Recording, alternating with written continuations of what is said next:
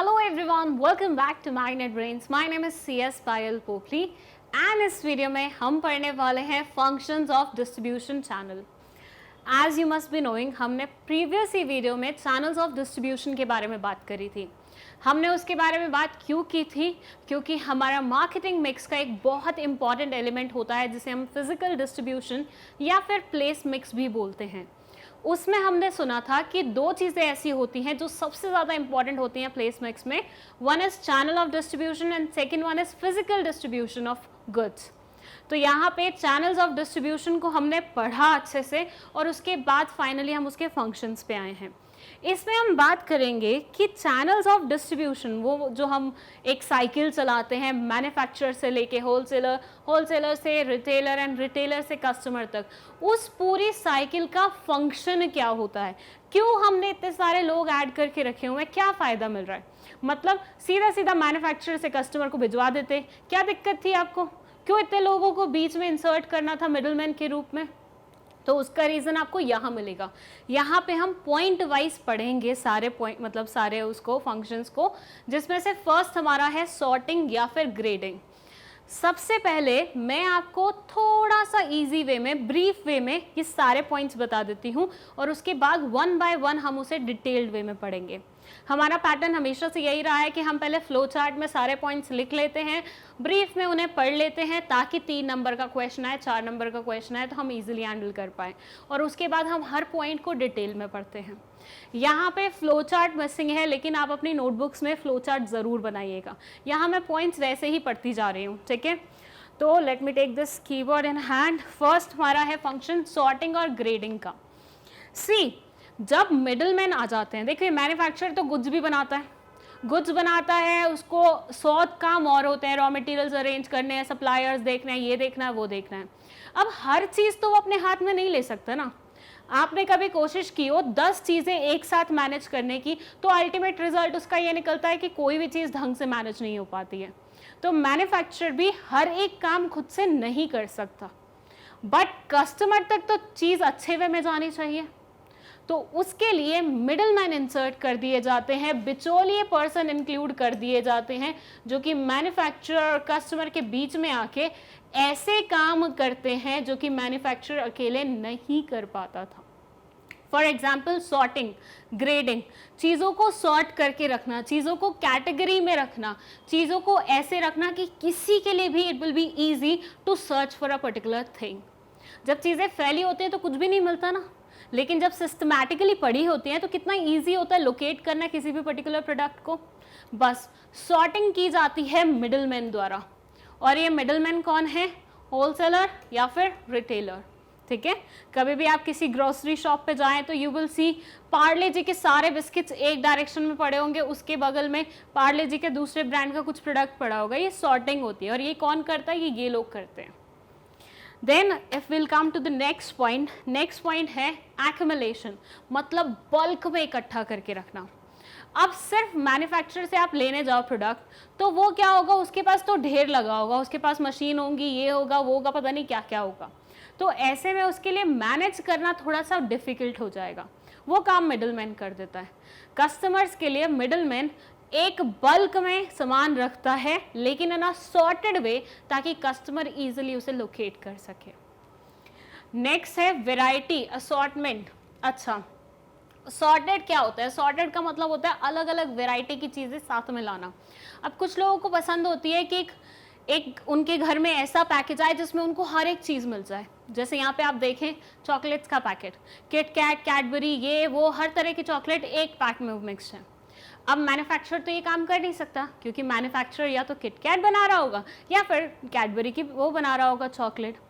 अब ये काम करता है मिडलमैन कि अलग अलग मैन्युफैक्चरर से सारा सामान लेके आता है, उसको एक कंबाइंड वे में पैक करता है और उसके बाद जाके दे देता है कस्टमर को. दिवाली पे यही करते हैं ना गिफ्ट एक दूसरे को, रक्षाबंधन पे भाई यही गिफ्ट देते हैं. कैसे देते हैं? क्योंकि किसी ना किसी मिडलमैन ने आपके लिए वो चीज़ें क्या की हैं, अलग अलग जगहों से लाके एक जगह इकट्ठी करके आपको देने का काम किया है. सो वैरायटी और असॉर्टमेंट, असॉर्टमेंट मतलब अलग अलग वैरायटी का सामान एक साथ लाना, ठीक है. ये वर्ड याद रखना, ये की वर्ड है. देन है पैकिंग. कई बार मैन्युफैक्चरर सामान बना देता है लेकिन उसकी पैकिंग मिडलमैन करता है. ऐसी पैकिंग जो कि कस्टमर को पसंद आती है, ऐसी पैकिंग जो कि कस्टमर के लिए प्रोडक्ट को आइडेंटिफाई करना ईजी कर देती है। तो वो काम भी कौन करता है? हमारा मिडलमैन करता है। सो अब इसमें ये मत सोचिएगा कि क्या मैन्युफैक्चरर पैकिंग करता ही नहीं है। कई बार क्या होता है, मैन्युफैक्चरर बल्क वाली पैकिंग करता है और उसे छोटे छोटे छोटे छोटे पार्ट्स में डिवाइड करने वाला काम मिडलमैन करता है, क्योंकि उसको पता है भैया कस्टमर को तो बल्क में चाहिए नहीं होगा। सिंपल सी बात है ना। और एग्जाम्पल दूंगी जब हम डिटेल वे में इस पॉइंट पे बात करेंगे। देन है प्रमोशन। ऑब्वियसली मिडलमैन को इंसर्ट करने से प्रमोशन भी लगे हाथ हो जाती है। अब मैन्युफैक्चरर तो हर किसी के पास जाके एक एक प्रोडक्ट नहीं दिखा सकता ना कि ये खरीद लीजिए, ये खरीद लीजिए। होलसेलर्स और रिटेलर्स काइंड ऑफ ये काम करते हैं। होलसेलर क्या करता है, कोई भी नया प्रोडक्ट बनता है रिटेलर के पास लेके आ जाता है, सैंपल है भाई, ट्राई तो करके देख, अपने कस्टमर को पकड़ा देना, सैंपल है, इसके कोई पैसे नहीं है, तू रख ले रख ले रख ले। और रिटेलर अपने शॉप में सबसे आगे उसे प्लेस करता है। आप कभी भी अपनी ग्रॉसरी शॉप्स पे जाके देखना, जो भी नया कुछ ऐसा प्रोडक्ट आया होगा ना जो अभी तक आपने मार्केट में नहीं देखा, वो हमेशा सामने सामने रखते हैं। क्यों? ताकि हर आते जाते कस्टमर को वो दिखे, और हर आते जाते कस्टमर को वो दिखेगा तो उसे खरीदने के बारे में सोचेंगे, उसे देख के उसके बारे में पूछेंगे, और अल्टीमेटली इससे क्या हो रहा होगा? प्रमोशन ही तो हो रहा होगा। मैन्युफैक्चरर तो अपने यहाँ पे दुकान नहीं लगा सकता ना कि कस्टमर्स आ जाओ देख लो सामान। ये काम कौन करेगा? ऐसा इंसान जो कि कस्टमर के पास हो। तो कस्टमर के पास कौन होता है? ग्रॉसरी शॉप वाला इंसान। Then negotiation. जो मिडलमैन होता है वो प्राइस, क्वालिटी एंड गारंटी तीनों पे ही ना सिर्फ कस्टमर के साथ बल्कि मैन्युफैक्चरर के साथ भी नेगोशिएशन करता है। नेगोशिएशन का मतलब होता है बातचीत करके किसी भी चीज़ की क्वालिटी इंप्रूव कराना या प्राइस कम कराना काइंड ऑफ। जैसे हम बार्गेनिंग सुना होगा, हम कभी मार्केट जाते हैं, मम्मी करते हैं ना, नहीं 100 रुपये में नहीं 80 रुपये में लगा लो, ये सब्जी तो बेकार दिख रही है, कल की पुरानी सब्जी लग रही है, इसको तो 50 रुपये में दे दो। तो ये क्या होता है? नेगोशिएशन होता है। अपनी स्किल से सामने वाले को अपने टर्म्स पे लाने की कोशिश करना। एंड नेक्स्ट है रिस्क टेकिंग। अब क्या है भाई, मिडलमैन है, मिडलमैन अपने पास स्टॉक ला के रखता है, किससे? मैन्युफैक्चरर से। तो वो रिस्क ले रहा है मैन्युफैक्चरर का। व्हाट इफ ये स्टॉक नहीं बिका, तो अब इसके पैसे किसको देने पड़ेंगे? मिडलमैन को देने पड़ेंगे। तो अपनी जेब से उसे पैसे निकालने पड़ेंगे, किसको देने के लिए? मैन्युफैक्चरर को देने के लिए। सो रिस्क तो वो ऑब्वियसली ले ही रहा होता है। अब कोई इंसान है, वो शॉप खोले किसकी? मोबाइल फ़ोन्स की, अलग अलग कंपनी से मोबाइल फ़ोन्स लेके आया हुआ है, उसकी शॉप पे आग लग जाए या उसका सामान नहीं बिके, पूरा का पूरा नुकसान किसका? वो शॉप ऑनर का, ना कि मैन्युफैक्चरर्स का। सिंपल सा बात। चलिए फिलहाल के लिए इतना ही, फंक्शंस में इतना ही पार्ट है। तो फंक्शंस में ये सारे पॉइंट्स हैं। अभी तक मैंने सिर्फ इनका ओवरव्यू दिया है, काफ़ी एग्जाम्पल भी छोटे मोटे दे दिए हैं, लेकिन अब हम फाइनली इसे डिटेल वे में पढ़ेंगे, एक एक एग्जाम्पल को अच्छे से समझते हुए। तो वापस आ जाते हैं हम हमारे फर्स्ट पॉइंट पे, जो कि क्या था? सॉर्टिंग या फिर ग्रेडिंग। ये क्या बोलता है? Okay, so the first point is sorting और ग्रेडिंग। अभी इसमें हम लेंगे एक बढ़िया सा एग्जाम्पल। पहले ये पढ़ लेते हैं क्या लिखा हुआ है। It says middleman produce goods from various manufacturers. Middleman produce goods नहीं, एक्चुअली मिडलमैन प्रोक्योर्स। प्रोक्योर का मतलब होता है अलग अलग जगह से अरेंज करना, ये वर्ड को ठीक कर लेना, इट इज प्रोक्योर। मिडलमैन क्या करता है? प्रोक्योर करता है goods from various manufacturers and then do sorting, that is repack them according to the quality, size और price। यहाँ देखिए अब देखिए, ऐसे मानिए आप ये हैं, ठीक है, और आपका नाम है भोंदू, ठीक है। मुझे आजकल ना ऐसे ही नाम क्लिक करते हैं, आई डोंट नो, धोंदू भोंदू, तो आपका नाम है भोंदू। आपने एक मिडलमैन की जॉब एक्सेप्ट की है, जॉब नहीं होती है, बिजनेस होता है काइंड ऑफ, तो आपने ये एक्सेप्ट किया है कि मैं मिडलमैन बनूंगा। अब आपके पास आया एक ट्रक, आपके पास क्या आया? आपके पास आया एक ट्रक। कहाँ से आया? ये आया आपके पास कश्मीर से। कश्मीर के एप्पल मशहूर है ना, तो कश्मीर से आपके पास ये ट्रक आया है। और कश्मीर से एक पर्सन से नहीं आया, कश्मीर में ना हर अगले बंदे के ना गार्डन्स होते हैं जिसमें वो एप्पल उगाते हैं। तो ऐसे मानिए आपके 10 लोगों से कांटेक्ट थे, तो वो 10 लोगों ने साथ में पैसे बचाने के चक्कर में, ट्रांसपोर्टेशन कॉस्ट बचाने के चक्कर में एक ट्रक में अपना पूरा का पूरा माल लदवा दिया और भिजवा दिया, ठीक है।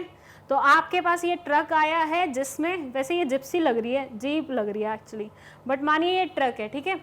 तो ट्रक में 10 अलग अलग लोगों से, 10 अलग अलग सेलर से आपके पास वो आ रहे हैं क्या, एप्पल्स आ गए भाई, बहुत बढ़िया। अब आपने जब ट्रक की हालत देखी तो एप्पल्स ऐसे लग रहे थे, कोई ग्रीन एप्पल था, कोई इस कलर का था, कोई इस कलर का, कोई इस कलर का, कोई बहुत वो, कोई गाला वाला, सब थे। अब आपको लगा ये मैं ऐसे तो नहीं बेच सकता, क्योंकि इनमें से गाला का सबसे हाई प्राइस होता है, ग्रीन वाला थोड़ा खट्टा मीठा होता है तो इसका थोड़ा सा मॉडरेट प्राइस होता है, इस वाले का इतना प्राइस नहीं मिलता, और ये वाले तो शक्ल से ही पसंद नहीं आते।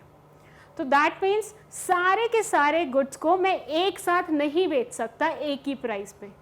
मुझे क्या करना पड़ेगा, मुझे सॉर्टिंग करनी पड़ेगी, मुझे एक वैरायटी की चीज़ अलग करनी पड़ेगी, दूसरी वैरायटी की चीज़ अलग करनी पड़ेगी, तीसरी वैरायटी की चीज़ अलग करनी पड़ेगी। तो मैंने क्या किया, मैंने मतलब भोंदू ने किया, मैंने नहीं, आपने, क्योंकि आप बने थे भोंदू, राइट। तो आपने क्या किया, ग्रीन वाले एप्पल्स को एक जगह रख दिया, फिर ये लाइट ग्रीन वाले एप्पल्स को एक जगह रख दिया, फिर ये गंदे से कलर वाले एप्पल्स को एक जगह रख दिया, फिर आपने ये डार्क वाले को एक जगह रख दिया। दीज आर माई फेवरेट, और मुझे ग्रीन वाले भी पसंद है, और ये वाले ज़्यादा डार्क वाले, ये मोटी चमड़ी वाले होते हैं, बिल्कुल अच्छे नहीं लगते, बट ये बहुत महंगे मिलते हैं बाज़ार में, तो इनको आपने अलग रख दिया। अब इससे क्या फ़ायदा होगा, जिस कस्टमर को सस्ते वाले एप्पल चाहिए आप ये दे दो, जिसको अपने रिश्तेदारों के घर लेके जाना है उनको ये वाले दे दो, जिसको और बढ़िया लेके जाने हैं कि हाँ किसी फैंसी जगह देने हैं तो उनको गाला दे दो, किसी को अच्छे खाने की आदत है तो उनको भी गाला या फिर उससे बेटर वैरायटी की दे दो। तो ऐसे आपने क्या किया, बाइफिकेशन कर दिया। तो ऐसे में मानिए कि आप मिस्टर भोंदू जो कि मिडिल मैन है, आपके पास कश्मीर से एप्पल्स आए थे ट्रक भर के, आपने क्या किया, उन एप्पल्स को वैरायटी के अकॉर्डिंग, साइज क्वालिटी के अकॉर्डिंग सॉर्ट कर दिया, अलग अलग कैटेगरी में रख दिया। नाउ किसी भी इंसान के लिए इजी होगा अपनी मन पसंद वाली चीज़ को लेके जाना, ठीक है। मैं ये वर्ड बहुत गलत बोलती हूँ, पूरा बोला ही नहीं इसलिए मैंने इस बार। सो मिडिलमैन क्या करता है, अलग अलग सेलर से गुड्स प्रोक्योर करता है एंड देन उसकी सॉर्टिंग करता है, ग्रेडिंग करता है उसके साइज़ के बेसिस पे। मान लीजिए इनमें से कुछ ऐसे एप्पल्स होते जो बिल्कुल छोटे छोटे होते, तो आप उनको अलग कर लेते, कुछ सड़े हुए होते तो आप उनको अलग कर लेते। और अगर मान लीजिए कोई बहुत बड़े साइज़ का होता, कई बार क्या होता है मार्केट में ना ऐसी भी वैरायटी आती है जो बहुत बड़े साइज़ की होती है, नॉर्मल वाले से, मतलब नॉर्मल वाला इस साइज़ का होता है ना, तो वो इतने बड़े साइज़ का होता है, और वो एक एक एप्पल 1 kg में पूरा हो जाता है और उसको उतना ही प्राइस चार्ज किया जाता है, 300-400 का एक एप्पल ऐसे होता है। तो अगर बहुत बड़ा है तो उसको और अलग रख लीजिए। तो साइज़ के बेसिस पे, क्वालिटी के बेसिस पे, कलर के बेसिस पे, वैरायटी के बेसिस पे आपने सारे एप्पल्स को क्या किया है, सॉर्ट किया है, ग्रेड किया है। आप क्या है, मिडिलमैन हैं। तो यहाँ से आपको क्या समझ में आता है कि चैनल्स ऑफ डिस्ट्रीब्यूशन रखने से, मिडिलमैन को बीच में लेने से फ़ायदा ये हो जाता है कि गुड्स की सॉर्टिंग हो जाती है, सही अलग अलग क्वालिटी के गुड्स अलग अलग पोजीशन पे, लोकेशन पे पहुँच जाते हैं। So this is one function of distribution channel. चलिए, let's move to the another function. Second function है accumulation. Accumulate करना मतलब इकट्ठा करना होता है एक जगह, ठीक है। तो it says middlemen maintain a large stock of goods so that there is smooth supply of good without any delay. चलिए, इसके लिए हम एग्जाम्पल लेंगे कोविड का, क्योंकि कोविड हमारा फेवरेट हो गया है एग्जाम्पल्स के मामले में, क्योंकि हमने इतना बुरा उसे झेल लिया है, right. So let's take COVID example. देखिए,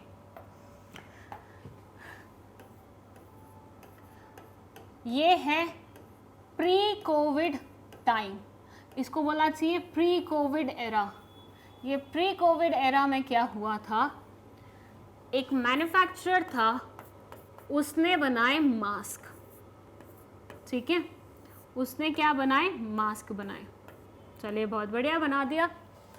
अब मिडलमैन ने क्या किया, इन मास्क को लेके अपने गोडाउन में स्टोर कर लिया, ठीक है, भर भर के। फिर अचानक एक दिन आया कोविड, हाहाकार मच गया। ये जो मैन्युफैक्चरर था इसके घर में 5 लोगों को कोविड हो गया और काफ़ी ही सीवियर वाला हो गया, ठीक है। ये भी आपको एग्जाम्पल सुनने में लग रहा होगा ऐसा, लेकिन बहुत सारे लोगों के साथ ऐसा हुआ। कोविड में पूरी फैमिली अस्त व्यस्त हो गई, नहीं what ever it is called, मतलब सबको प्रॉब्लम हुई, ठीक है। तो इस मैन्युफैक्चरर के घर में टोटल 8 जने थे, जिनमें से 5 को कोविड हुआ और बहुत ही सीवियर वाला, और सीवियर वाला बोले तो आधे लोगों को हॉस्पिटल ले जाना पड़ा। अब ऐसे में ये इंसान मास्क लगाने पे तो फोकस कर नहीं सकता था, बनाने में, सॉरी, लगाने पे तो ऑब्वियसली करना था, बनाने पे फोकस नहीं कर सकता था। भाई किसी का परिवार बीमार पड़ा हुआ है हॉस्पिटल में, क्या वो अपने बिजनेस के बारे में सोच सकता है? हाँ, आपका मानना ये होगा कि अरे मास्क बनाता ही तो इम्पॉर्टेंट बिजनेस था उस टाइम पे, इसको तो जाना चाहिए था।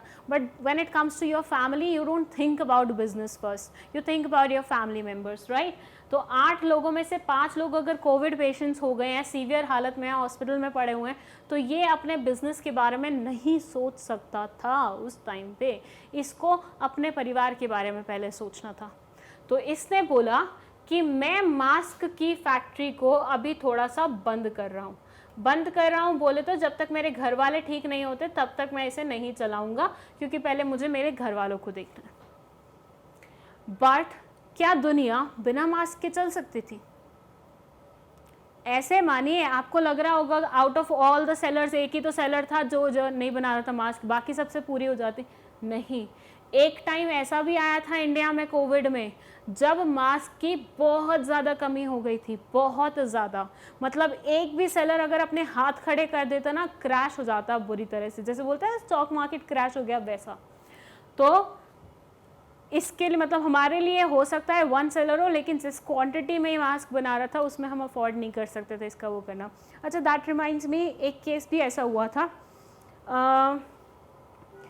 जो कंपनी वैक्सीन बना के दे रही है उसका ऑनर बीच में लंदन चला गया था। रिमेंबर, ही सेड कि मैं वापस नहीं आऊँगा बिकॉज मुझे सेफ़ नहीं लग रहा इंडिया में रहना, फ़िलहाल मेरे को लाइफ का खतरा हो रहा है, तो मैं बाहर जा रहा हूँ। तो एकदम इंडियन क्राउड डर गया था, मीडिया में रोज़ खबरें आती थी कि क्या वो वैक्सीन नहीं बनाएगा, व्हाट इफ उसने वैक्सीन बनाना बंद कर दिया, व्हाट इफ उसने नहीं डिलीवर किए मतलब वैक्सीन के पैकेजेस, क्या होगा पूरा इंडिया का? क्योंकि पूरा का पूरा इंडिया किसके ऊपर डिपेंडेंट हो गया था? उस बंदे के ऊपर डिपेंडेंट हो गया था। तो सेम केस था यहाँ पे, ये मास्क कितने बल्क में बनाता था कि पूरा का पूरा इंडिया के ऊपर डिपेंडेंट था, ठीक है। तो अब ये तो भाई बंद करके बैठा हुआ है। अब सोचो कि क्राउड को मास्क कहाँ से मिलेगा? क्राउड को मास्क मिलेगा इस मिडलमैन से, जिसने मास्क को ऑलरेडी अपने गोडाउन में बल्क में स्टोर करके रखा था। तो एक और फंक्शन समझ में आया यहाँ पे आपको चैनल्स ऑफ डिस्ट्रीब्यूशन का।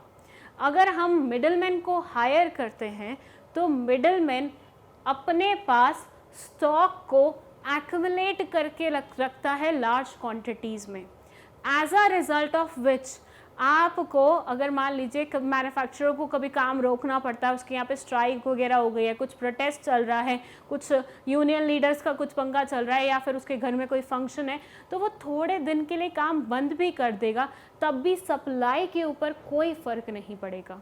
इकोनॉमिक्स में डिमांड एंड सप्लाई पढ़ते हैं ना आप, सप्लाई पे फ़र्क पड़ता है तो क्या होता है, एक डिमांड क्रिएट हो जाती है मार्केट में, जिसके कारण प्रोडक्ट के प्राइसेस राइज करने लगते हैं। आई होप आपको ये लॉजिक समझ में आ रहा है, आपको इतनी इकोनॉमिक्स तो आती है। सो यहाँ पे हमें वो सप्लाई में डिस्ट्रीब्यूशन मतलब सप्लाई में खतरा नहीं हुआ, क्यों? क्योंकि इसके पास गोडाउन में ऑलरेडी क्या था, स्टॉक पड़ा हुआ था। तो अब उसके घर वाले ठीक हो गए, उसने फिर से शुरू कर दिया अपना बिजनेस, इसने फिर से रीस्टॉकिंग करना शुरू कर दिया, क्योंकि गोडाउन का भी माल खत्म होते जा रहा था जैसे जैसे मार्केट में सप्लाई कर रहा था, और फिर साइकिल क्या हो गई, नॉर्मल हो गई। मतलब कहीं पे भी इकोनॉमी की ये साइकिल रुकी नहीं, just because the manufacturer was not making the mask. So simple सा लॉजिक है कि कभी कभी मिडलमैन एक्युमुलेट करके भी रखता है लार्ज स्टॉक, और as a result of which आपको सप्लाई में कभी दिक्कत नहीं जाती, डिले नहीं होता सप्लाई में। You don't wait for the manufacturer to make the next lot just because आपको उस चीज़ की डिमांड है, ठीक है। So this is another example, another function of middleman. वैसे ना अगर आप सोचे ना, थोड़े बहुत फंक्शंस तो आपको अपने माइंड से भी निकलने लग जाएंगे। और बिजनेस स्टडीज़ की बेस्ट बात यही होती है कि आप बहुत सारे पॉइंट्स खुद से बना सकते हैं। When I was studying in my 12th class, I used to make points खुद से, and I always used to get good marks in business studies. I never realized that कि मुझे business studies में हमेशा अच्छे marks मिल रहे हैं, unless and until I started teaching obviously. But yes, this is one such subject जिसमें आप बहुत अच्छा से मतलब अच्छा स्कोर कर सकते हो अगर आप मेहनत करो तो। और बहुत सारी चीज़ें आपके कॉमन सेंस से भी आती हैं। तो जिन बच्चों को ज़्यादा बुक्स पढ़ने का शौक़ नहीं होता ना, थोड़ा सा अपना प्रैक्टिकल माइंड अप्लाई करके देखो, आपको ये चीज़ें बहुत अच्छी लगने लगेंगी। चलिए इसी से हम चलते हैं हमारे नेक्स्ट पॉइंट पे, दैट इज़ वेराइटी और assortment. Next function variety assortment. मैं ऑलरेडी आपको असॉर्टमेंट का मतलब बता चुकी हूँ। अब लेते हैं एक एग्जाम्पल। दिवाली का एग्जाम्पल लें या रक्षाबंधन का, दोनों का ही ले लेते हैं, ठीक है। दिवाली का एग्जाम्पल और ये रक्षाबंधन का। भाई सामान बेचने वालों को पता होता है कि कस्टमर को क्या चीज़ चाहिए रहेगी, तो वो क्या करते हैं, दिवाली पे पैकिंग बनाते हैं। सबको पता है कि भैया लोग ना मीठा खा खा के अक गए हैं और वो सोन पापड़ी के डब्बों से भी अक गए हैं। तो अब कुछ ऐसा लाना पड़ेगा जो सबका कॉम्बिनेशन हो, किसी को देखते हुए ऐसे भी ना लगे कि यार ये कौन खाएगा। क्योंकि ट्रस्ट में हमारे घर में जब मिठाई आती है ना और डब्बा कोई दे जाए तो हमें ऐसा लगता है यार इसको कौन ख़त्म करेगा। मतलब हमारे घर में मिठाई उतनी लगती नहीं है, और बहुत सारे ऐसे घर होते हैं जहाँ पे मिठाई नहीं लगती है। तो ऐसे में जो बेचने वाले लोग हैं जिन्होंने सामान बनाया है, उनके पास एक ऑप्शन होता है। वो क्या करते हैं कि कॉम्बिनेशन बना देते हैं, कॉम्बो पैक्स। अब वो कॉम्बो पैक्स किस तरह से, दिवाली पे इस तरह से कि अलग अलग ब्रांड्स के, अलग अलग मैन्युफैक्चरर्स के नमकीन ले आए, ठीक है। आलू भुजिया, ये भुजिया, वो भुजिया। उसके बाद साथ में रसगुल्ले का एक डब्बा रख दिया। हमारे घर में दिवाली पे एक ना एक ऐसा पैकेट आ ही जाता है जिसमें रसगुल्ले का वो टिन वाला बॉक्स होता है, साथ में ये नमकीन्स होती हैं, एंड समटाइम्स हम सबकी नॉन फेवरेट सोन पापड़ी भी उसमें मिलती है, ठीक है। वैसे सोन पापड़ी को ज़्यादा ही हम लोगों ने बदनाम कर दिया है, वरना वो इतना बुरा टेस्ट करती नहीं है, ठीक है। तो ये हो गया हमारा कॉम्बो पैक। ये यूजुअली आपने देखा होगा दिवाली पे चलता है ज़्यादातर। अब हमें जब भी रिश्तेदारों को, अपने जान पहचान वालों को कुछ देना होता है तो हम यही दे के आ जाते हैं उनके घर पे। ये कॉम्बो पैक कौन बनाता है? सेकेंड, रक्षाबंधन पे सब भाइयों को पता होता है कि उनकी बहनों को क्या पसंद है, चॉकलेट्स। अब एक चॉकलेट देख के तो उनका मुंह बंद कराया ही नहीं जा सकता है। तो ऐसे में सेलर्स की भी बहनें होती हैं, उनको भी पता होता है कि एक चॉकलेट देंगे तो किसी का कोई मन नहीं भरेगा। तो उन्होंने क्या किया, उन्होंने कॉम्बिनेशन बनाया सेलिब्रेशंस के पैक में, जिसमें वो जेम्स भी रखते हैं, जिसमें वो कैडबरी का डेरी मिल्क भी रखते हैं, जिसमें वो किट कैट भी रखते हैं, जिसमें वो मंच भी रखते हैं, 5 स्टार भी रखते हैं। अब व्हाट डू यू थिंक कि सारी की सारी चॉकलेट्स क्या एक मैन्युफैक्चरर बनाता है? नहीं। तो ऐसा पैक, ऐसा कॉम्बिनेशन किसने बिठाया? सोचिए। दिवाली पे अलग अलग मैन्युफैक्चरर से अलग अलग किस्म का सामान लाके उसे पैक करके एक साथ इकट्ठा करके कौन पैक करता है, मतलब कौन बेचने वाला काम करता है, एंड देन राखी पे अलग अलग ब्रांड्स की, अलग अलग मैन्युफैक्चरर्स की अलग अलग किस्म की चॉकलेट्स लाके उसे कंबाइंड वे में सेलिब्रेशन के पैक बना के कौन बेचता है? ये दोनों ही काम करते हैं मिडलमैन। भैया मैन्युफैक्चरर तो किसी और ब्रांड का कोई भी सामान कैसे इकट्ठा करेगा? आप सोच के देखिए, नमकीन बनाने वाला दूसरे नमकीन वालों को क्यों प्रमोट करेगा? नहीं करेगा ना। ये काम तो किसी ऐसे न्यूट्रल इंसान को करना पड़ेगा जिसका किसी भी मैन्युफैक्चरर से कोई लेना देना नहीं है। वो क्या करेगा, अलग अलग मैन्युफैक्चरर से सामान लाएगा, उसको इकट्ठा करेगा, टेप लगाएगा, नेट चिपकाते हैं, नीचे ट्रे रख देते हैं, थोड़ा सा फैंसी लुक दे देते हैं। जितना फैंसी आपका आइटम उतना ही महंगा बिकेगा, ऐसे मान के देखिए। और सेलिब्रेशन का डब्बा भी ऐसे ही होता है। सेलिब्रेशन का डब्बा नहीं भी बोले तो रक्षाबंधन पे बहुत सारे ऐसे ऑप्शंस आ गए हैं, जैसे दिवाली पे ऐसे भी ऑप्शंस आते हैं कि दिया के साथ चॉकलेट्स रख देते हैं, या फिर कैंडल्स आ गई हैं, ग्लास पे कैंडल्स होती हैं उसके साथ वो हैंडमेड चॉकलेट्स रख देते हैं।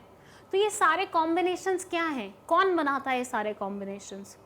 ये सारे कॉम्बिनेशंस बनाते हैं मिडलमैन, अलग अलग। अब आप सोच के देखो, कैंडल बनाने वाला चॉकलेट बनाएगा क्या, या चॉकलेट बनाने वाला कैंडल बनाएगा क्या?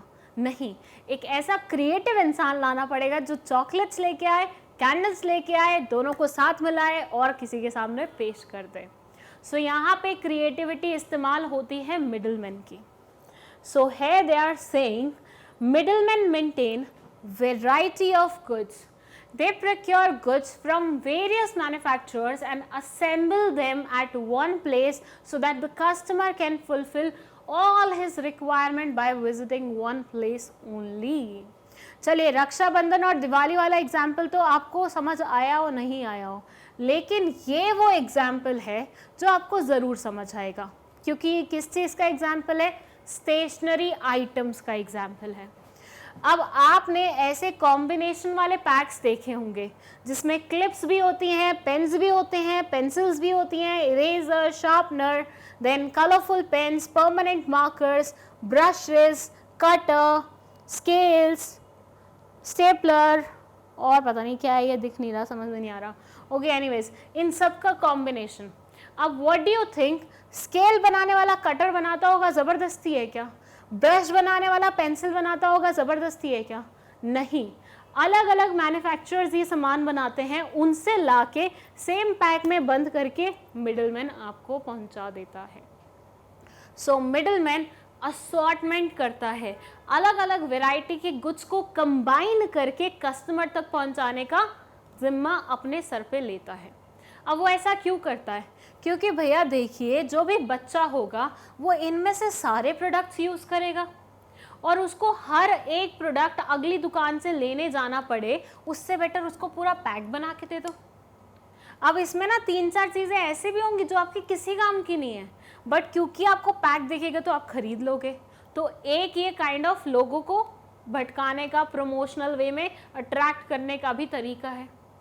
मैं ऐसे पैक्स बहुत खरीदती हूँ। जब भी मैं स्टेशनरी प्रोडक्ट्स खरीदने जाती हूँ, स्पेशली हमारे यहाँ पे बेस्ट प्राइस है, तो हम जब भी वहाँ पे जाते हैं, when I get a chance ऐसे स्टेशनरी वाले सेक्शन में ये कॉम्बिनेशंस लेने का, तो मैं ज़रूर खरीदती हूँ। उसमें कलर्स हो जाते हैं, कभी पेंसिल कलर के साथ एक्रेलिक कलर्स आ जाते हैं, कभी उसके साथ वो वाटर कलर्स दे देते हैं। तो ऐसे पैक्स में ख़रीदने का मज़ा ही अलग होता है, ऐसे लगता है बहुत सारी चीज़ें एक साथ आ गई हैं। अब आप इंडिविजुअली खरीदने जाओ तो हो सकता है आप ये वाला पेन नहीं खरीदो, ये वाली पेंसिल में सारी पेंसिल नहीं खरीदो कलरफुल में से, ये वाली पेंसिल खरीदो, ब्रश नहीं खरीदो, लेकिन कॉम्बिनेशन में सारी चीज़ें एक साथ आ जाती है तो लगता है कि सहूलियत से सारी चीज़ें आराम से मिल गई हैं एक ही टाइम पे और एक ही जगह से। तो वो कस्टमर को सहूलियत प्रोवाइड करने के लिए ये पर्टिकुलर वैरायटी असॉर्टमेंट वाला काम करता है। कौन? हमारा मिडलमैन। चलिए, नेक्स्ट इज पैकिंग। सी, जब हम अपने घर के लिए सामान लेके आते हैं, नॉर्मली ग्रॉसरी वाली शॉप्स पे मम्मी लेके जाती होंगी ना आपको, ग्रॉसरी वाली या फिर बिग बाज़ार, बेस्ट प्राइस, ऐसी जगह लेके जाते होंगे। जब हम सामान खरीदते हैं तो कितना खरीदते हैं? ऐसे भर भर के खरीदते हैं कि पूरा जूट बैग पड़ा है तो उठा लेते हैं कि हाँ यार ये लग जाएगा। हाँ, काफ़ी हद तक ये फैमिली मेम्बर्स पे भी डिपेंड करता है। किसी की फैमिली जॉइंट फैमिली होती है तो वहाँ पे ज़्यादा लगता है तो वो बल्क में ख़रीदते हैं, लेकिन आजकल मैक्सिमम लोग न्यूक्लियर फैमिलीज़ में रह रहे हैं। 2 लोग, 3 लोग, 4 लोग, 5 लोग हद से हद रहते हैं एक फैमिली में। अब उनमें खाने की लागत कितनी होती होगी? छोटी छोटी क्वांटिटी में आप 1-1 kg के, 2-2 kg के पैक्स ही लाते होगे ना, when it comes to pulses, rice and everything, rice sorry. तो ऐसे छोटे छोटे पैकेट्स ही कस्टमर को क्या होते हैं, सहूलियत भरे रखते हैं। क्योंकि बल्क में ख़रीदना, तो भाई मैंने बल्क में ख़रीद लिया, 5 किलो के पल्स ख़रीद के मैं घर पे आ गई और घर पे 1 महीना वो सही चली, फिर बारिश आई और उसमें घुन लग गए। घुन समझते हैं ना, वो काले काले कीड़े से होते हैं, पल्सेस में, राइस में घूम रहे होते हैं। आटा बल्क में लेके आए, यार मेरे साथ तो ये हो गया, अभी हुआ है, जस्ट परसों ही हमने वो आटा फेंका है। हम 20 kg फर्स्ट टाइम आटा लाए थे। हमारे घर में इतना यूजुअली लगता नहीं है, we have 3 members in our family. तो अब हम यूजुअली 5 kg 10 kg वाले लाते हैं। दिस टाइम वी थॉट कि भैया कोविड का पता नहीं है, फिर से कभी कोई वेव आ जाए और हम ले ना पाएँ, तो हम इस बार बल्क में सामान ले जाते हैं। हमने बल्क में आटा मतलब 20 kg खरीद लिया, हमने 2 से 3 kg पल्सेस भर लिए, और फिर आ गया बारिश, मतलब बारिश का मौसम अचानक से टपक पड़ा, और अब आटा में वो ब्लैक के कीड़े आ गए, और पल्सेस में सारे ऐसे वो उड़ने वाले काइंड ऑफ होते हैं ना छोटे छोटे से कीड़े, वैसे आ गए। तो हमें वो सारी चीज़ें फेंकनी पड़ी। I don't know how healthy और unhealthy those things are, but हम वो कंज्यूम नहीं कर सकते थे। ऑब्वियसली देखने के बाद कीड़े चल रहे हैं आपके खाने में तो आप नहीं कर सकते ना, तो हमें वो देना पड़ा ऐसे ही कि पशुओं को डाल दो या कुछ भी कर दो। तो जब आप बल्क में भर लेते हैं ना तो ऐसी प्रॉब्लम्स जाती हैं, specially when it comes to rainy seasons. तो नॉर्मल न्यूक्लियर फैमिलीज पसंद करती हैं कि वो छोटे अमाउंट में क्या करें, अपने घर पे सामान खरीद के आएँ, पर मैन्युफैक्चरर तो ये सामान बल्क में बनाता है। भाई मेरी राइस की इंडस्ट्री है तो मैं राइस बल्क में बनाऊंगी ना, मैं थोड़ी ना छोटे छोटे पैकेट्स पे वो करती रहूँगी फोकस। अब मैन्युफैक्चरर को बोलो कि सर हमें तो 1 kg ही चाहिए, तो वो बोलेगा भाई इतना टाइम नहीं है मेरे पास, मैं इतना बल्क में काम करने वाला इंसान हूँ, मैं तुम्हें 1-1 किलो के पैकेट बना के देता रहूँ। बट मिडिल मैन आपके लिए ये काम करेगा। मैन्युफैक्चरर से 50 kg खरीद के लाएगा, अपने घर में ट्रांसपेरेंट पॉलिथीन लाएगा, अपने घर में जितने भी लोग हैं उसको भरने पे लगा देगा। एक जना वो कांटे पे बैठेगा कि हाँ 1 kg हो रहा है, ठीक है चलो पापा इसको पैक करो, चलो मम्मी इसे पैक करो, मम्मी डालने वाला काम करेगी। तो ऐसे मैंने बहुत सारे देखे, छोटे वो होते हैं ना होलसेलर्स, वो ऐसे ही करते हैं, घर वालों को ही काम पे लगा लेते हैं, वो ऐसे छोटे छोटे पैकेट्स बनाते हैं, यहाँ पे आग लगाते हैं ना वे कि उसको पैक करने के लिए। दीज आर पॉलिथिन्स ना, पॉलिथिन्स को आग लगती है तो वो पैक हो जाते हैं, फिर वो खुलते नहीं है, तो वो वाला काम करता है एक इंसान। और ऐसे वो छोटे छोटे पैकेट्स बना के रिटेलर्स की शॉप पे रखवा देते हैं कि भाई अब तुम्हें इसे बेचना है। और समटाइम्स ये काम रिटेलर्स भी करते हैं। हमारे बगल में जो शॉप है वो अंकल अपने घर पे ये काम करते हैं कि वो अपनी वाइफ और अपने बच्चों के साथ मिलके ऐसी पैकिंग करते हैं, छोटी छोटी तैयार करते हैं। तो ये होलसेलर या फिर रिटेलर कोई भी ये काम कर सकता है, होलसेलर और रिटेलर, ठीक है। तो पैकिंग वाला काम भी काइंड ऑफ इन्हीं के हिस्से आता है। So what they are saying is generally middlemen buy the goods in bulk quantity. Middleman क्या करता है, bulk quantity में goods purchase करता है, then they repack them in small lots. For example, अच्छा यहाँ पे मैं बेस्ट प्राइस का एग्जांपल भी दे सकती हूँ, वो भी यही करते हैं, वो भी बल्क में खरीद के आते हैं मैन्युफैक्चरर से, फिर अपने यहाँ पे छोटे छोटे पैकेट्स बनाते हैं और फिर आप वो उसे खरीद सकते हो। डी मार्ट वाले भी ऐसा ही करते हैं। तो जितने भी ये मार्ट्स, बिग बाज़ार और ये सब होते हैं ना, ये भी यही काम कर रहे होते हैं, बल्क में खरीद के छोटे पैकेट्स में भर के और उसके बाद कस्टमर तक पहुँचाने का काम करते हैं। तो ये लोग भी कौन हैं, ये लोग भी मिडिल मैन हैं। जो भी अपने ब्रांड का खुद से बेच रहा है ना, वो क्या हुआ, वो इंसान हुआ कि हाँ इसने मिडलमैन नहीं हायर किए हुए। लेकिन कोई भी मैन्युफैक्चरर अगर अपना सामान किसी ऐसे इंसान को बेचता है जो आगे किसी को बेच रहा हो, तो मतलब मिडलमैन बीच में आ चुका है, बिचौलिया बीच में आ चुका है, ठीक है। For example, wholesaler buys bag of 100 kg wheat and then repack it in the convenient packs rate of 2 kg, 5 kg और 10 kg। भाई जिसकी जितनी वो हो, जिसको 2 किलो का चाहिए 2 किलो की पैकिंग है, 4 किलो का चाहिए 4 किलो की पैकिंग है, 10 किलो का चाहिए 10 किलो की पैकिंग है। तो ये काम कौन करता है, मिडलमैन करता है अपनी तरफ से। सो मिडलमैन का एक और काम हो गया, जैसे आप यहाँ पे देख रहे हैं चीनी है 1 kg आई गेस, मुझे पता नहीं एग्जैक्टली, मैंने वे नहीं करके देखा। और ये पल्स है 1 kg पल्सेस। सो इस तरह से ये जो पैकिंग होती है, जो अपन घर पे लाते भी हैं यूजुअली, आप रिलेट कर पाएंगे, ये भी क्या है हमारी यहीं से ही आती हैं। चलिए नेक्स्ट है promotion. Okay, although promotion techniques are generally used by producers, but middleman also offer some sales promotional tools to attract the customer. Okay, ये बोलते हैं भैया प्रमोशनल स्कीम्स लाइक डिस्काउंट दे देना, 100 रुपये की चीज़ 90 रुपये में दे रहे हैं, या फिर कोई कूपन कोड दे देना, या कोई और अट्रैक्टिव 1 पे 1 खरीदने का फ़ायदा दे देना।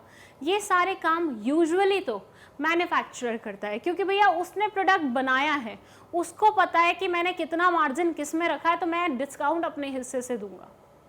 लेकिन समटाइम्स मैन्युफैक्चरर भी ये काम करता है, थोड़ा सा टेक्निकल है, मतलब टेक्निकल मैं बना रही हूँ उसको आपको समझाने के लिए।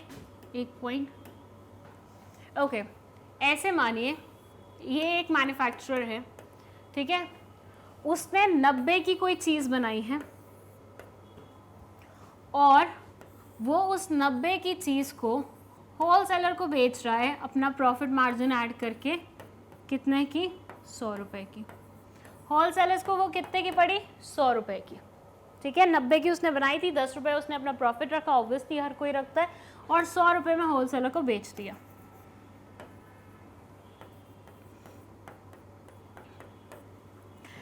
अब इसको पता है कि इसको 100 रुपये में वो चीज़ मिली है और जनरली वो इसे 150 रुपये में बेचता है। जनरली वो इसे 150 रुपये में बेचता है। अच्छा, अगर आपको ऐसा लगता है ना कि मैन्युफैक्चरर सबसे ज़्यादा प्रॉफिट कमाता है, तो ऐसा ज़रूरी नहीं होता हमेशा। कभी कभी मैन्युफैक्चरर बहुत सस्ते दाम पे चीज़ बनाता है बट मिडलमैन बहुत महंगे दाम का कर देता है उसे। लाइक फार्मर्स प्रोटेस्ट के बारे में सुना? फार्मर्स का कहना ये रहता है कि हम जब खेत में कोई चीज़ उगाते हैं, ये जो बड़ी बड़ी कंपनीज होती हैं ये हमसे वो चीज़ें 10 रुपये, 5 रुपये, 4 रुपये के रेट से लेके जाती हैं पर केजी। आलू 4 रुपये किलो की ले गई, पैक करती हैं और वही चीज़ 40 रुपये में आपको बेचती हैं। अभी फार्मर्स की प्रोटेस्ट चल रही है रिसेंटली, दिल्ली में उन्होंने वो किया हुआ है, धरना दिया हुआ है। वहाँ पे एक फार्मर का मैंने इंटरव्यू देखा था वेयर ही वाज सेलिंग कि न्यू बिल्स आने से क्या दिक्कत होगी, तो उसमें उन्होंने ये पॉइंट उठाया था। मैं उस सब डिटेल में नहीं जाऊँगी लेकिन मैं आपको पॉइंट ज़रूर बताऊँगी। उन्होंने एक पैकेट पकड़ा हुआ था, दैट वाज कॉर्न का पैकेट। वो खाते हैं ना अपन स्वीट कॉर्न, वो फ्रोज़न वाले, तो वो फ्रोज़न वाले स्वीट कॉर्नस थे। उन्होंने पैकेट की कीमत दिखाई, यूजुअली वो 80-90, मतलब डिपेंड करता है कितने केजीज का पैक है, 80-90, 150, 160 रुपये में आते हैं। वो बता रहे थे कि यही कंपनी वाले, जो कंपनी का पैकेट उन्होंने पकड़ा हुआ था, ये कंपनी वाले मुझसे पर्सनली परचेज करते हैं एंड आई नो ये मुझसे 10 रुपये, 20 रुपये के रेट से लेके जाते हैं। कुछ नहीं करते, उसकी पैकिंग करेंगे, प्रिजर्वेटिव जो भी ऐड करते हैं वो करेंगे, जिसका खर्चा ज़्यादा नहीं होता, और आपको यही चीज़ 70, 80, 100, 150, 160 रुपये में बेचते हैं। अब सोच के देखिए आप, ये मिडलमैन क्या कर रहे हैं। और मुझे पॉइंट काइंड ऑफ बहुत वैलिड लगा, but at the same time मुझे ये भी पता है कि ऑब्वियसली कोई अगर उसका बिजनेस करे तो वो प्रॉफिट मार्जिन तो ऐड करेगा ही ना, बिजनेस माइंडनेस से सोचूँ तो मैं, तो यही होता है जनरली। और जैसे एक एग्जाम्पल आप ये भी ले सकते हो कि दिया, हैंडमेड दिया, कई बार क्या होता है कि गांव की बहुत सारी औरतों से दिए बनवाए जाते हैं, स्वेटर्स बनवाई जाती हैं 100 रुपये में, 50 रुपये पर पीस के अकॉर्डिंग, और वही चीज़ 500 रुपये, 700 रुपये, 800 रुपये में मिंत्रा पे बेच रहे होंगे, अमेजोन पे बेच रहे होंगे, यहाँ बेच रहे हैं, वहाँ बेच रहे हैं। ये किया जाता है। तो ज़रूरी नहीं है कि मैन्युफैक्चरर को ही सबसे ज़्यादा प्रॉफिट मिले, मिडलमैन बहुत बार हाई प्रॉफिट चार्ज करते हैं। तो ये मिडलमैन यूजुअली 100 रुपये की लाई हुई चीज़ 150 रुपये में बेचता था, मतलब खुद का प्रॉफिट काटता था 50 रुपये पर पीस। अब इसने देखा कि इसकी सेल्स डिक्लाइन हो रही है। अब ये वैसे बुरी बात तो मैन्युफैक्चरर के लिए है ज़्यादा, लेकिन ये भी तो समझिए कि मिडलमैन भी तो उसी मैन्युफैक्चरर के साथ एसोसिएटेड है, तो इसका भी तो कहीं ना कहीं प्रॉफिट मार्जिन जा रहा है ना। मैन्युफैक्चरर को तो सिर्फ 10 रुपये जा रहा है, इसका तो पूरा 50 रुपये जा रहा है। तो इसने सोचा कि क्यों ना मैं लोगों को डिस्काउंट देना स्टार्ट कर दूं, क्यों ना मैं लोगों को डिस्काउंट देना स्टार्ट कर दूं। और डिस्काउंट बोले तो 150 में बेचता हूँ, 130 रुपये में दूँ, ठीक है। परसेंटेज का निकाल लेना, मेरे को इतना मैथ्स मेरा स्ट्रॉन्ग नहीं है, ठीक है। डिस्काउंट में ये आइटम जो कि 150 रुपये की है, मैं आपको 130 रुपये में दे रहा हूँ। ये कोई लॉस में काम नहीं कर रहा, ये अभी भी प्रॉफिट में काम कर रहा है। इट्स जस्ट इसने अपना प्रॉफिट मार्जिन थोड़ा सा कम कर दिया है। जहां 50 रुपये ये चार्ज कर रहा था, अब ये सिर्फ 30 रुपये चार्ज कर रहा है। सो बेसिकली मिडलमैन ऐसे डिस्काउंट दे देता है बिना अपना नुकसान किए हुए। सो ये यही बात कर रहे हैं इस एग्जाम्पल में कि समटाइम्स मिडलमैन भी प्रमोशन करने के लिए डिस्काउंट्स दे देता है। कभी कभी ऐसा कोई प्रोडक्ट है जो कि 4 रुपये, 5 रुपये में आया, फर्स्ट से यहाँ पे मैं बोलती हूँ कि ये पाउडर 150 रुपये में बेच रहा है वो, ठीक है, जो कि एक्चुअली कितने का था, 70 रुपये का था फर से, ठीक है, डबल से भी ज़्यादा अमाउंट में बेच रहा है। उसके साथ 10 रुपये की शीशी आई थी, तो इसने बोला चलो इसके साथ ये फ्री। 70 रुपये की चीज़ 150 में बेच रहा है, साथ में 10 रुपये की चीज़ फ्री दे भी देगा, तो इसका तो कुछ नहीं बुरा हो रहा और इसका तो कोई प्रॉफिट मार्जिन नहीं जा रहा। लेकिन हम लोग कैसे खुश हो जाते हैं, और ये फ्री मिल रहा है साथ में, ले लो ले लो। वो सॉस की बॉटल के साथ मैगी के पैकेट फ्री आता है एक, या समटाइम्स मैगी मसाला फ्री आता है, समटाइम्स बड़ी ऑयल की बॉटल पे एक 1 लीटर वाला ऑयल फ्री आता है। ये सारी चीज़ें हम हर बार जाते हैं ना तो लेके आता है, तो मुझे पता है। समटाइम्स मम्मी देखती ना, अरे सर्फ के साथ बाल्टी फ्री मिल रही है तो लेके ही जानी है। ये नहीं पता कि उस बाल्टी का प्राइस भी कहीं ना कहीं इंक्लूडेड ही है इसमें। बट वही होता है कि हमारी मेंटालिटी ऐसी होती है, हमें लगता है अरे ये तो मतलब, चाहे हमें वो प्रैक्टिकली पता है कि हाँ ऐसा कुछ नहीं है कि कोई भी चीज़ फ्री में कोई नहीं बांटता है, हर चीज़ की कीमत लगी होती है, लेकिन फिर भी हम सोचते हैं नहीं यार फ्री में मिल रही है, चलो इसके अलग से ख़रीदना पड़ता, मिल रही है तो ले लो। तो वही चीज़ है, 10 रुपये की चीज़, 2 रुपये की चीज़, 4 रुपये की चीज़ भी फ्री में मिले साथ में अपन को, तो अपन बहुत खुश हो जाते हैं। वो डोमिनोज़ के पिज़्ज़ा के साथ कैसे हम ऑरिगेनो और वो दैट चिली फ्लेक्स अलग से मांगते हैं, फ्री वाली चीज़ें अगेन सेटिस्फैक्शन मिलता है ना। अलग से लेने जाओगे ऑरिगेनो की 60 रुपये की 70 रुपये की बॉटल आ जाती है पूरी, लेकिन नहीं, उसके लिए अलग से पैसे क्यों दे, ये फ्री वाली चीज़ चाहिए जिसके पैसे एक्चुअली एडेड होते हैं तुम्हारे पिज़्ज़ा में। एनीवेज, प्रमोशनल स्कीम्स भी मिडलमैन क्या करते हैं, अपनी तरफ से दे सकते हैं, जबकि यूजुअली ये काम मैन्युफैक्चरर करता है, लेकिन कभी कभी ये भी कर देते हैं। देन है नेगोशिएशन। ओके, नेगोशिएशन में ये क्या बोलते हैं, एग्जाम्पल से समझते हैं। फर्स्ट से चलिए यहीं पे आ जाते हैं, अच्छे से समझते हैं। फिर ये हैं आपके घर के बगल में जो ग्रॉसरी शॉप खोल के बैठे हुए हैं वो अंकल, या ऐसे अंकल्स हमेशा सड़े सड़े मूड में ही रहते हैं ना, वैसे छोटी सी मूछें हैं इनकी, ठीक है, और भौएं हमेशा चढ़ी होती हैं। तो ये अंकल हैं जो कि ग्रॉसरी शॉप पे बैठे हुए हैं आपके घर के बाहर, आपके घर के बाहर जो ग्रॉसरी शॉप है उस पर। वैसे तो ये बहुत सड़ू मूड में होते हैं, लेकिन जब इनके पास कोई नए प्रोडक्ट्स होते हैं जो कि महंगे भी होते हैं, उसमें इनका प्रॉफिट मार्जिन भी अच्छा होता है, तो ये क्या करते हैं, जब आप इनके पास जाते हैं तो ये आपको ना बड़े प्यार से बुलाते हैं, ये देखो ये नई चीज़ आई है, ये नई आइटम है, मैंने सुना बहुत अच्छे वो है, बिल्कुल तुम्हारे ये काले काले धब्बे सब हट जाएंगे, क्रीम है नई, बहुत बढ़िया है बहुत बढ़िया है। ऐसे में ये क्या कर रहे हैं, ये आपको मैनिपुलेट कर रहे हैं।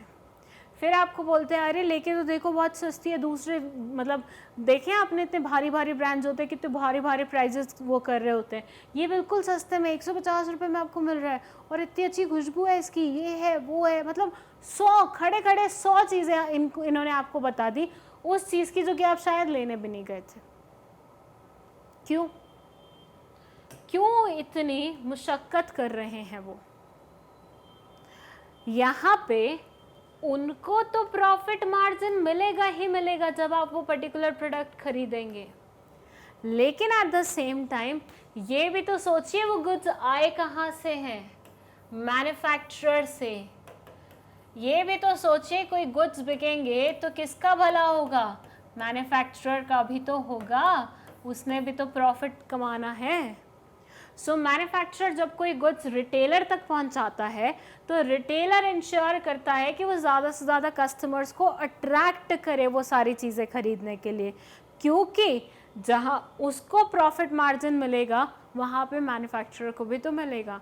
हो सकता है ये सिर्फ अपने बारे में सोच रहा हो, लेकिन बाय डिफ़ॉल्ट अगर हम पूरी साइकिल देखें, पूरा सिस्टम समझे, तो मैन्युफैक्चरर को भी प्रॉफिट मिल रहा होगा, होलसेलर जिसने बेचा है उसको भी मिल रहा होगा, रिटेलर को भी मिलेगा, and at the same time customer को सेटिस्फैक्शन भी मिल जाएगा। इसलिए ना जब भी अपन शॉप्स पे जाते हैं ना और किसी पर्टिकुलर प्रोडक्ट को देख के थोड़े अप्रीहेंसिव होते हैं कि लूँ या नहीं लूँ, लेना चाहिए नहीं लेना चाहिए। ये कई बार होता है ना, अपन को प्रोडक्ट पसंद आ रहा होता है, लेकिन जैसे ही अपन उसका रेट टैग देखते हैं तो हमें लगता है यार इज़ इट वर्थ इट, ये वो। उस टाइम पे देखा करो वो भैया लोग कैसे कन्विंस करते हैं ना। जैसे कोई टॉप लेने गए हो आप, ठीक है, आपके ऊपर रद्दी लग रही होगी वो, और होगी भी बहुत महंगी, लेकिन वो भैया आपको ये बोलेगा अरे मैडम कितनी अच्छी लग रही है, कितने सुंदर लग रहे हो। बिकवाना है ना, अपना प्रॉफिट वो करवाना है। तो जब भी दुकानदार तुम्हारी तारीफ करे तो समझ जाओ वो आपको उल्लू बना रहा है, उसको अपना प्रॉफिट मार्जिन बढ़वाना है बस। और देखना कभी आप दो चीज़ों में कंफ्यूज होगे ना, ये तो मैंने बहुत बार आजमाया है, ये आप भी आजमा के देखना। दो चीज़ें पड़ी हैं आपके सामने and you are not able to decide which one you want, ठीक है, which one you want to buy actually. तो हमेशा देखना वो भैया जिस पे उंगली रखेंगे ना, ये लो ये लो ये लो, वो ज़्यादा महंगी वाली होगी। वो सस्ते वाली दिलवाने के लिए आपको कभी नहीं बोलेंगे ये लो ये लो ये लो, वो बोलेंगे नहीं ये ज़्यादा अच्छी लग रही है, चाहे आपको पर्सनली वो ज़्यादा अच्छी लग रही हो, लेकिन वो महंगे वाली बिकवाएंगे क्योंकि उसमें प्रॉफिट मार्जिन भी उनका ज़्यादा छिपा होगा। तो अपना प्रॉफिट बनाने के चक्कर में बाय डिफ़ॉल्ट ये दो लोगों का और प्रॉफिट बनवा रहे हैं। और कभी कभी प्राइस पे नोक-झोंक हो जाती है कि ये बोलते हैं नहीं 100 रुपये में दे दो, नहीं नहीं इतने के तो आप हमें ही नहीं मिला, आप तो 110 में ही लेके जाओ, नहीं नहीं मैंने आपके कहने पे कर दिया, 5 से कम कर दिया। ये सारी नेगोशिएशन वो क्यों करते हैं? इसीलिए तो करते हैं ताकि ज़्यादा से ज़्यादा प्रॉफिट मार्जिन बने, उनका भी और मैन्युफैक्चरर का भी। So middleman negotiate with manufacturer as well as with customer. अच्छा, मैंने अभी आपको ना एक ही एस्पेक्ट समझाया है इसका कि मिडलमैन कब कस्टमर्स के साथ नेगोशिएशन करता है, अभी मैन्युफैक्चरर वाला तो समझाया ही नहीं है, बट ऐसे मानो ऑलमोस्ट सिमिलर है। कभी कभी वो मैन्युफैक्चरर को भी बोलता है कि नहीं 100 रुपये में मत दो, ये चीज़ 70 रुपये में दे दो, 70 रुपये में सही इसका मार्केट जम जाएगा। क्यों? क्योंकि वो कस्टमर पर्सपेक्टिव से समझ रहा होता है कि कस्टमर इस पर्टिकुलर चीज़ के 100 रुपये देने के लिए कभी तैयार नहीं होगा, और 100 पे मुझे अपना भी प्रॉफिट मार्जिन भी लगाना है, 110 120 में बेचूंगा, नहीं मानेगा वो। तो ऐसे में कभी कभी वो मतलब मैन्युफैक्चरर से भी नेगोशिएशन करता है। तो मिडलमैन नेगोशिएशन करता है किससे? मैन्युफैक्चरर से भी, कस्टमर से भी। अगर क्वेश्चन आए ना तो पहले इस फॉर्मेट में बनाना, फिर वैसे लिखना, जहाँ पे पॉसिबल हो वहाँ पे फ्लो चार्ट इंसर्ट कर ही देना। On quality and guarantee they help in transfer of ownership. ये हेल्प करते हैं एक इंसान से ऑनरशिप दूसरे तक ट्रांसफ़र करवाने में। अब भाई कोई गुड्स अगर किसी बेचने वाले से मैं खरीद रही हूँ तो पहले उसका ऑनर बेचने वाला था, now it will be mine, तो मैं उसकी ऑनर हो जाऊंगी, तो ऑनरशिप ट्रांसफ़र हो रही है ना। तो ये कोई भारी भरकम वर्ड नहीं है, कीवर्ड है, समझ गए। चलो let's move to the next one, that is okay. So risk taking में क्या हो सकता है एग्जाम्पल, चलिए बताती हूँ मैं आपको। देखिए ऐसे मानिए ये एक मिडलमैन है, ठीक है, रिटेलर भी हो सकता है, होलसेलर भी हो सकता है, कुछ भी हो सकता है। चलो रिटेलर मान लेते हैं इस बार इसको, ठीक है, मिडलमैन तो कोई भी हो सकता है ना, तो इसको हम रिटेलर का ही नाम देते हैं डायरेक्टली। अब रिटेलर भाई साहब ने नई नई शॉप खोली है, ठीक है, पुराना कोई एक्सपीरियंस नहीं है इनके पास। इन्होंने अपनी शॉप के लिए इतना सारा स्टॉक इकट्ठा किया, ठीक है, अपनी शॉप के लिए इतना सारा स्टॉक इकट्ठा किया अलग अलग चीज़ों का, बहुत फैंसी फैंसी।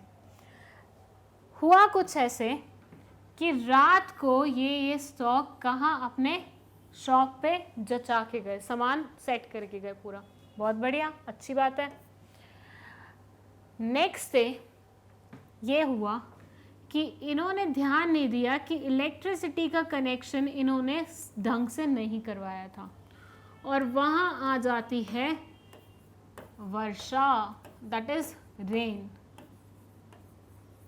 रात को हुई बहुत भयंकर बारिश, और उस बारिश में वो इलेक्ट्रिसिटी की जो प्रॉब्लम थी वो एनहेंस हो गई। As a result of which यहाँ पे क्या हुई, वो क्या होते हैं, जल गया, मतलब बेसिकली फायर, और ये जितना भी प्रोडक्ट था वो सारा का सारा क्या हुआ, इस आग में जल गया, सिर्फ राख बची। अब आप मुझे बताइए, सामान तो इन्होंने खरीदा हुआ था, रिटेलर्स यूजुअली क्या करते हैं, लगे हाथ ही पैसा दे देते हैं, होलसेलर समटाइम्स ये करते हैं कि वो मैन्युफैक्चरर के साथ डील करते हैं कि मैं तुम्हें बाद में दूंगा, 1 महीने 2 महीने के, ऐसा उनका साइकिल चलता है। लेकिन रिटेलर्स कोशिश करते हैं कि वो हैंड टू हैंड पेमेंट दे दे या फिर वो वीक टू वीक पेमेंट दे दे। तो इन्होंने अभी इनिशियली दुकान खोली थी तो ये सारा सामान वो ना खरीदा हुआ था, मतलब खुद के पैसे लगा के।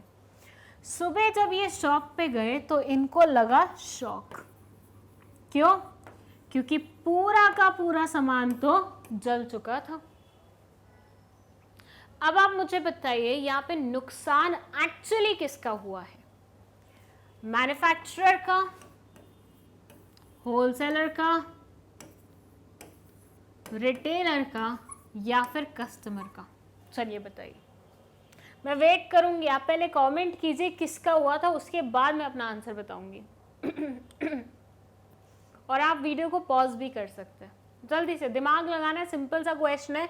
ये भाई साहब ने दुकान खोली है, सामान खरीदा, सामान जचाया, फायर हुई, रेन के कारण जल गया पूरा सामान। बताओ रिस्क किसका था, नुकसान किसका था? रिस्क तो छोड़ो, नुकसान किसका हुआ यहाँ पे? नाउ आई गेस आप लिख चुके हैं, नुकसान यहाँ पे हुआ है रिटेलर का। क्यों? क्योंकि ये भाई साहब सारा का सारा सामान खरीद चुके थे। जब ये सारा सामान खरीद चुके हैं, so as a result of which पूरा का पूरा पैसा किसका लगा हुआ था? इनका लगा हुआ था। और जब इनका पूरा पैसा लगा हुआ था, सामान जल गया, तो नुकसान भी किसका हुआ? इन्हीं का हुआ। तो इसी को तो हम रिस्क बोलते हैं। रिस्क बोले तो middlemen maintain large stock of goods. They transport goods from one place to other. So till the goods are with them in the stock, or when they are transported from one place to another, middlemen bear the risk of spoilage or damage to the goods. So middlemen sometimes क्या करते हैं, एक जगह से manufacturer से goods लेके आते हैं बेचने के लिए। उस टाइम पे भी ऐसा होता है कि रास्ते में अगर मान लीजिए उनकी गाड़ी पलट जाती है। आजकल तो वैसे इंश्योरेंस भी चलते हैं, पॉलिसीज़ होती हैं बहुत सारी, लेकिन रास्ते में गाड़ी पलट गई, सामान पूरा ख़राब हो गया और इंश्योरेंस लिया ही नहीं था, पता ही नहीं था ऐसा भी कोई कॉन्सेप्ट होता है, अच्छे से बिजनेस स्टडीज़ नहीं पढ़ के गए थे 11th-12th में। सो नुकसान कर बैठे। क्या बचा है इनके हाथ में? कुछ भी नहीं। सो पूरा का पूरा रिस्क समटाइम्स मिडलमैन खुद बेयर करता है जब वो गाड़ी में ट्रांसपोर्ट कर रहा होता है goods from one place to another, या फिर उसके पास स्टॉक में वो सारे प्रोडक्ट्स पड़े होते हैं जिसका उसने अभी तक जिसका बिल पे कर चुका है वो, मतलब बिल नहीं। अच्छा वैसे एक बार सोच के देखो, मैन्युफैक्चरर ने अपनी तरफ से सामान दे दिया होलसेलर को, ठीक है, पर अभी होलसेलर ने पैसे नहीं दिए इसको, अपने गोडाउन में सामान रखा हुआ है, अगले महीने इसको पैसे देने वाला है, क्रेडिट पे खरीद के आया था। तो ऐसे में मुझे बताओ अगर, अच्छा हाँ ये क्वेश्चन आप ही आंसर करोगे, इसका आंसर मैं नहीं दूंगी अब, ठीक है, तो थोड़ा ढंग से पूछ लेती हूँ। ये है मैन्युफैक्चरर, ठीक है, ये है हमारा होलसेलर। होलसेलर ने कंडीशन रखी हुई है कि मैं 1 महीने का क्रेडिट लिया करूँगा, क्रेडिट मतलब उधारी पे सामान। तो मैन्युफैक्चरर ने 100 पीस होलसेलर के यहाँ पे रखवा दिए और बोला कि अगले महीने पेमेंट कर देना। रात को होलसेलर के यहाँ पे फर्स्ट से चूहों का अटैक हो जाता है, ठीक है, और वो 100 के 100 पीसेस डैमेज हो जाते हैं। अब मुझे बताइए यहाँ पे नुकसान किसका हुआ?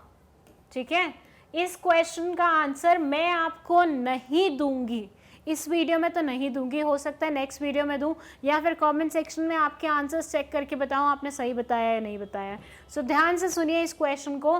मैन्युफैक्चरर होलसेलर को क्रेडिट पे 1 महीने का सामान देता है, 100 पीसीस देता है, जो कि रात को चूहे पूरा खा जाते हैं, मतलब वट एवर दे से बाइट कर जाते हैं, और 100 के 100 पीसेस खराब हो जाते हैं। तो यहाँ पे आप मुझे बताइए नुकसान किसका हुआ? मैन्युफैक्चरर का हुआ, होलसेलर का हुआ, रिटेलर या कस्टमर का हुआ? ठीक है, तो ये आपको मुझे आंसर करना है। बाकी रिस्क टेकिंग वाला पॉइंट हम डिस्कस कर चुके हैं। इसमें बेसिकली दे आर सेइंग कि कभी कभी मिडिल मैन भी रिस्क बेयर करता है और उसे करना ही पड़ता है। ऑब्वियसली अगर उसे बिजनेस चलाना है तो रिस्क तो बिजनेस का क्या होता है, एक बहुत इंपॉर्टेंट हिस्सा होता है। 11th-12th में पढ़ चुके हैं हम, 11th क्लास में। इसी के साथ मैं आपको एक चीज़ और बता देती हूँ, दैट इज़ अब आप हमारी वीडियो सिर्फ और सिर्फ YouTube पे नहीं बल्कि वेबसाइट पे भी देख सकते हैं। आपको क्या करना है, आपको जाना है गूगल पे और टाइप करना है magnetbrains.com और मैग्नेट ब्रेन्स का वेब पेज आपके सामने खुल जाएगा।